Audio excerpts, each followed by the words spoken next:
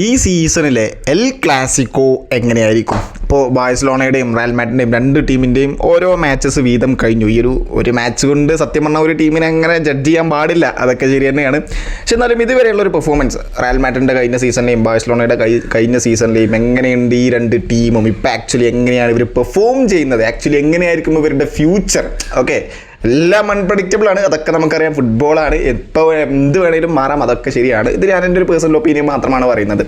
Okay, ഇപ്പോൾ Real Madrid ഒസാസുനയായിട്ട് ഒരു match കഴിഞ്ഞു 1-0 എന്നുള്ളൊരു സ്കോറിന് മാച്ച് വിജയിച്ചു. ബെർണാബ്യൂവിലാണ് വിജയിച്ചത്. പക്ഷേ റയൽ മാഡ്രിഡിന് നല്ലപോലെ ക്രിറ്റിസിസം വരുന്നുണ്ടായിരുന്നു, എസ്പെഷ്യലി വിനീഷ്യസ് ജൂനിയർ, പിന്നെ അതുപോലെ തന്നെ പുതിയ പ്ലെയേഴ്സിനെ ഇറക്കിയതായിക്കോട്ടെ, മിഡ്ഫീൽഡിലായിക്കോട്ടെ. ഇപ്പോൾ ബെല്ലിംഗാമൊക്കെ അദ്ദേഹത്തിന് ഷോൾഡർ ഇഞ്ചുറി ആയതുകൊണ്ട് തന്നെ 3 മാസം പുറത്താണ്. അപ്പോൾ അദ്ദേഹത്തെ എങ്ങനെ റീപ്ലേസ് ചെയ്യും, എങ്ങനെ സാബി അലൻസ് ആ ഒരു മിഡ്ഫീൽഡ് കൺട്രോൾ ചെയ്യും, പിന്നെ അതുപോലെ തന്നെ ഡിഫൻസ് എങ്ങനെ ഹാൻഡിൽ ചെയ്യും? കഴിഞ്ഞ സീസണിൽ റയൽ മാഡ്രിഡിന്, അതായത് ആൻസലോട്ടിക്ക് ഏറ്റവും കൂടുതൽ പ്രശ്നം ഉണ്ടാക്കിയത് ഡിഫൻസാണ്. എല്ലാവരും ഇഞ്ചുറി ആയി പോകുമായിരുന്നു. അപ്പോൾ ആ ഒരു ഡിഫൻസിനെ സാബി അലൻസോ എങ്ങനെ ഹാൻഡിൽ ചെയ്യും? ഗോൾ കീപ്പർ പിന്നെ അവിടെ സ്റ്റക്കാണ്. അത് സ്റ്റക്ക് മീൻസ് അതവിടെ ഫിക്സ്ഡ് ആണ്. ടിബോ കോർട്ടുവ റയൽ മാഡ്രിഡിൻ്റെ. ഓക്കെ, പിന്നെ ബാഴ്സലോണയിൽ തന്നെ ഇനിഗോ മാർട്ടീനസ്, കഴിഞ്ഞ സീസണിൽ അവരുടെ one of the main player ആയിട്ടുള്ള ഇനിഗോ മാർട്ടീനസ് ക്ലബ്ബ് വിട്ടുപോയി. അപ്പോൾ ഡിഫൻസിൽ എങ്ങനെ ആ ഒരു ചേഞ്ച് വരുത്തും? പിന്നെ അതുപോലെ തന്നെ റാഷ്ഫോർഡിനെ കൊണ്ടുവന്നിട്ടുണ്ട് പുതിയതായിട്ട്.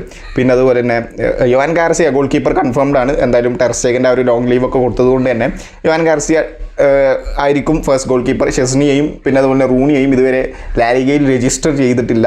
ഷെസ്നിയെ രജിസ്റ്റർ ചെയ്തോന്ന് എനിക്കറിയില്ല, കറക്റ്റ് ഓർമ്മ കിട്ടുന്നില്ല. റൂണി എന്തായാലും ഇതുവരെ രജിസ്റ്റർ ചെയ്തിട്ടില്ല. അപ്പോൾ ഇനി അത് എങ്ങനെയായിരിക്കും?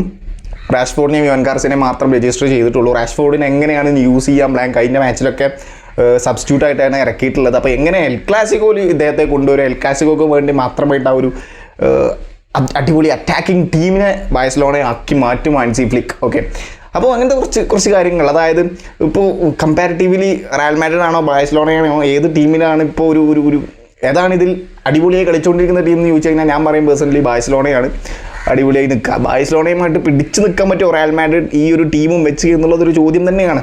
ഓക്കെ, ഇപ്പോൾ ഏതാണ് ലെജൻഡറി ആയിട്ടുള്ള ക്ലബ്ബ്, ഏറ്റവും വലിയൊരു ക്ലബ്ബ് ഏതാണെന്ന് ചോദിച്ചു കഴിഞ്ഞാൽ ഞാൻ പറയും റയൽ മാഡ്രിഡ് ആണ്. അതാണ് റയൽ മാഡ്രിഡിന് എപ്പോഴും അവർക്കൊരു കപ്പില്ലാതിരുന്നു കഴിഞ്ഞാൽ അത് വല്ലാത്തൊരു സീസണാണ് റയൽ മാഡ്രിഡിൻ്റെ ഓഡിയൻസിനെ സംബന്ധിച്ചിടത്തോളം. കാരണം വേറെ ഒന്നുമല്ല, അത് റയൽ മാഡ്രിഡ് എന്ന് പറഞ്ഞ ഒരു ലെജൻഡറി ക്ലബ്ബാണ്.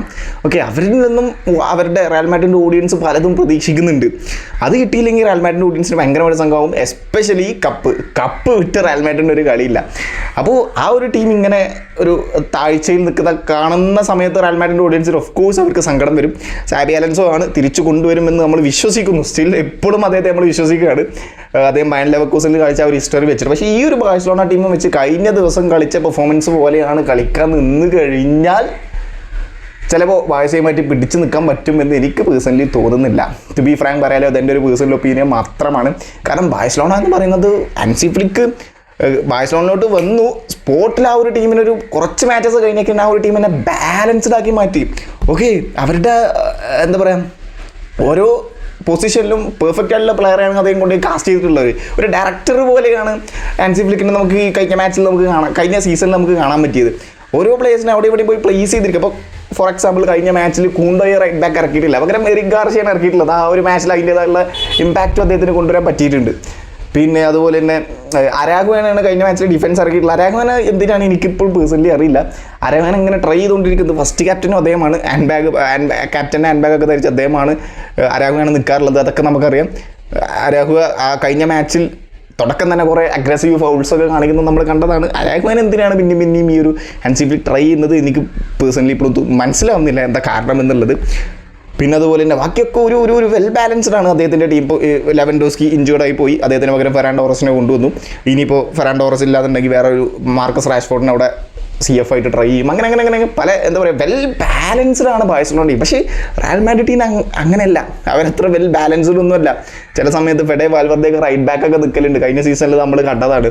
ഓക്കെ, ഇപ്പോൾ ഒരു റൈറ്റ് ബാക്കിനെ ഇപ്പോൾ ഡാനി കാർവാളും ട്രെന്റ് അലക്സാണ്ടർ-ആർണോൾഡൊക്കെ ഉണ്ട്, ഇല്ല എന്നല്ല ഞാൻ പറയുന്നത്. പക്ഷേ കഴിഞ്ഞ സീസണിൽ ആ ഒരു ഇഞ്ചുറി ഇഷ്യൂ, കഴിഞ്ഞ സീസണിൽ ഞാൻ പറയട്ടെ റയൽ മാഡ്രിഡ് ടീമിൽ ആകെ 2 പേർക്ക് ഇഞ്ചുറി വരാത്തുള്ളായിരുന്നു. ഒന്ന് ആർജെ കൂളറിനും ലൂക്കാ മോഡ്രിച്ചിനും. ബാക്കി എല്ലാവർക്കും ഇഞ്ചുറി ഉണ്ടായിട്ടുണ്ട് കഴിഞ്ഞ സീസണിൽ. കഴിഞ്ഞ സീസണിൽ റയൽ മാഡ്രിഡ് കളി കണ്ടവരാണെന്നുണ്ടെങ്കിൽ മനസ്സിലാക്കാൻ പറ്റും. ഒരു വല്ലാത്തൊരു സീസണാണ് റയൽ മാഡ്രിഡിനെ സംബന്ധിച്ചിടത്തോളം. അപ്പോൾ ഈ ഒരു സീസണിൽ അവർക്ക് തിരിച്ചു വന്നേ പറ്റൂ, എസ്പെഷ്യലി ഇൻ എൽ ക്ലാസിക്കോസ്.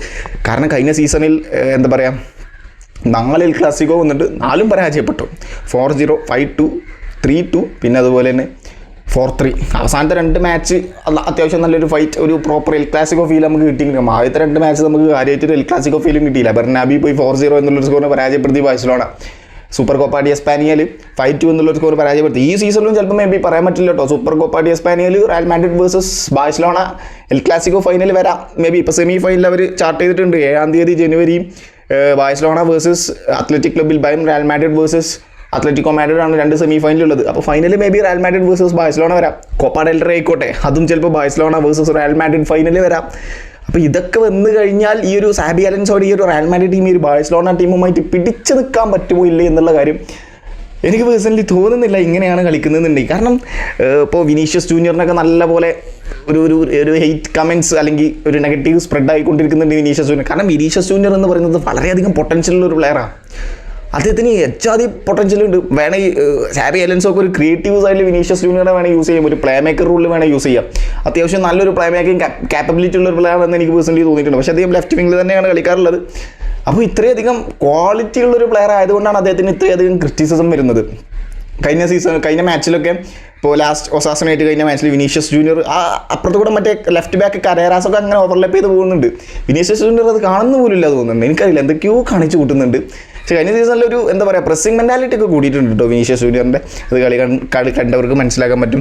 പിന്നെ അതുപോലെ തന്നെ അറ്റാക്ക്, ഈ ഒരു റയൽ മാഡ്രിഡ് മെയിൻ അറ്റാക്കിനെ ആരും ഭയക്കുന്നില്ലടേ.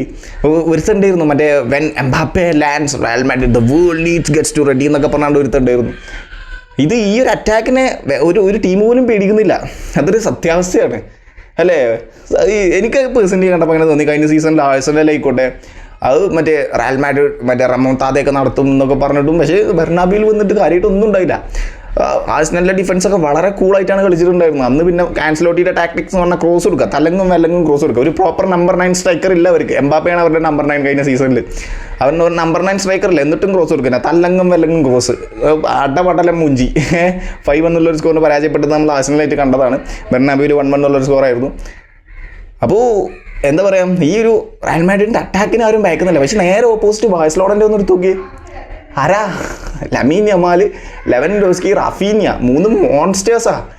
ഈ ഒരു ഇപ്പം ഞാൻ പറയുകയാണെന്നുണ്ടെങ്കിൽ ബാഴ്സലോണ എന്ന് പറഞ്ഞ ക്ലബ്ബ് ഇപ്പോൾ കറൻ്റ്ലി വേൾഡിൽ തന്നെ ടോപ്പ് 3 ക്ലബ്ബ് എടുത്തു കഴിഞ്ഞാൽ അതിൽ ബാഴ്സലോണ ഉണ്ടാവും. റയൽ മാഡ്രിഡ് ടോപ്പ് 5 എടുത്തു കഴിഞ്ഞാൽ റയൽ മാഡ്രിഡ് അതിൽ ഉണ്ടോ ഇല്ലേ എന്നുള്ളത് സംശയമാണ്. എനിക്ക് പേഴ്സണലി തോന്നിയ കാര്യമാണ്. റയൽ മാഡ്രിഡ് ആണ് തിരിച്ചു വരും, ഇല്ലാതെന്നല്ല ഞാൻ പറയുന്നത്. പക്ഷേ ഇപ്പോൾ currently Real Madrid one of the waste ടൈമിൽ കൂടെയാണ് അവർ പോയിക്കൊണ്ടിരിക്കുന്നത്. അത് സാബി അലൻസോ കുറേ ഒരു എസ്പെഷ്യലി ടീമിൻ്റെ മെൻറ്റാലിറ്റി. ഇപ്പോൾ സാബി അലൻസോക്ക് പ്രീ സീസണായിട്ട് കിട്ടിയത് അദ്ദേഹത്തിന് ക്ലബ്ബ് വേൾഡ് കപ്പാണ്. ഓക്കെ, ക്ലബ്ബ് വേൾഡ് കപ്പിൽ റയൽ മാഡ്രിഡിന് PSG കിട്ടിയ സമയത്ത് ഞാൻ എന്താ പറയുക, ഈ ഒരു PSG മറികടക്കുകയാണ് എന്നുണ്ടെങ്കിൽ റയൽ മാഡ്രിഡ് കിടിലനായനെ. ഓക്കെ, ഞാനത് പ്രതീക്ഷിച്ചിരുന്നു. PSG കിട്ടിയ സമയത്ത് ഇപ്പം നമുക്ക് മനസ്സിലാക്കാൻ പറ്റും. കാരണം സാബി അലൻസോ വന്നു, ആ ഒരു ബൊറൂസിയ ഡോട്ട്മുണ്ട് വരെ സാബി അലൻസോയുടെ ടാക്ടിക്സ് ഒരു പരിധി വരെ വർക്കായി ഒരു ബോളിൻ കയ്യിലേക്ക് കിട്ടിയ പോലെയായിരുന്നു റയൽ മാഡ്രിഡ്. പിന്നെയാണ് ആ PSG കിട്ടിയത്. അപ്പോൾ ഞാൻ പ്രതീക്ഷിച്ചു ഇതിലും കൂടിയും ആ ഒരു ബോളിൻ കയ്യിൽ കിട്ടിക്കഴിഞ്ഞാൽ റയൽ മാഡ്രിഡ് തിരിച്ചു വന്നു നമുക്ക് പറയാം. Okay, Real Madrid Xabi Alonso Real മാഡ്രിഡിൽ വന്ന് എന്തൊക്കെയോ ചെയ്തു നമുക്ക് പറയാം. ആ സമയത്താണ് PSG എടുത്തിട്ട് അട്ടവട്ടെല്ലാം മൂഞ്ചിച്ചത് നമ്മൾ കണ്ടതാണ്. ആ ഒരു 4-0 എന്നുള്ളൊരു സ്കോറിന് സാബി അലൻസോ എന്താ പറയുക, സാബി അലൻസോ റയൽ മാഡ്രിഡിൽ ഒരു ഹൈലൈൻ ഡിഫൻസിനൊക്കെ ചെറുതായിട്ടൊക്കെ ഫോളോ ചെയ്യുന്ന ഒരു പാറ്റേണൊക്കെ നമ്മൾ കണ്ടിരുന്നു. ഡിഫൻസിന് അത്യാവശ്യം നല്ലൊരു 5 ലൈൻ ഡിഫൻസൊക്കെ വെച്ച് അത്യാവശ്യം നല്ലൊരു പാറ്റേണിൽ പോയിക്കൊണ്ടിരിക്കുകയായിരുന്നു. പക്ഷേ അതൊക്കെ എക്സ്പോസ്ഡ് ആയി പോകുന്ന കാഴ്ചയാണ് നമ്മൾ PSG-ക്കെതിരെ കണ്ടത്. അതുപോലെ തന്നെയായിരുന്നു, അതുപോലെ ആയിരിക്കും ഇനി BB ചിലപ്പോൾ ബാഴ്സലോണയായിട്ട് കളിക്കുകയാണെന്നുണ്ടെങ്കിൽ. ബാഴ്സലോണ എന്ന് പറഞ്ഞാൽ കഴിഞ്ഞ സീസണിൽ ഹാൻസി Flick proper Highline defence follow ചെയ്യുന്ന ഒരു ടീമാണ്. അത് വളരെ കൃത്യമായിട്ട് അദ്ദേഹത്തിന് കൊണ്ട് നടക്കാനും പറ്റി. ആകെ അദ്ദേഹത്തിന് വാളിപ്പോയത് ചാമ്പ്യൻസ് ലീഗ് ഫൈനലാണ്, ചാമ്പ്യൻസ് ലീഗ് സെമി ഫൈനലാണ്. പക്ഷെ അതും അവർ പൊരുതി തോറ്റ പോലെയാണ്. ഓക്കെ, അത് വല്ലാത്തൊരു മാച്ചായിരുന്നു. നമുക്ക് പേഴ്സണലി കളി കണ്ടവർക്ക് അറിയാം. അതുപോലെ തന്നെ പിന്നെ എങ്ങനെയായിരിക്കും എൽ ക്ലാസിക്കോ വരിക? പിന്നെ റയൽ മാഡ്രിഡിൻ്റെ ഈ UCL പോലത്തെ മത്സരങ്ങളൊക്കെ വരികയാണെന്നുണ്ടെങ്കിൽ ഇപ്പോൾ കഴിഞ്ഞ സീസണിൽ എങ്ങനെയൊക്കെയോന്നാണ് ആ ഒരു റൗണ്ട് ഓഫ് 16 പ്രീ ക്വാർട്ടറിലോട്ട് ക്വാളിഫൈ ആയത്. ഓക്കെ, കഴിഞ്ഞ സീസണിൽ ഡയറക്റ്റ് റൗണ്ട് ഓഫ് 16 ക്വാളിഫൈ ആയത്. റൗണ്ട് ഓഫ് 16 ക്വാളിഫൈ ആണെങ്കിൽ ഒരു നോക്കൗട്ട് ഉണ്ടായിരുന്നു. അതായിരുന്നു മാഞ്ചസ്റ്റർ സിറ്റിയുമായിട്ട് ഉണ്ടായിരുന്നത്. അത് വിജയിച്ചിട്ടാണ് അവർ ഒരു റൗണ്ട് ഓഫ് 16 പോയത്. പക്ഷേ ബാഴ്സലോണയ്ക്ക് ഒരു ഡയറക്റ്റ് എൻട്രി ആയിരുന്നു റൗണ്ട് ഓഫ് 16 ഉണ്ടായിരുന്നത്.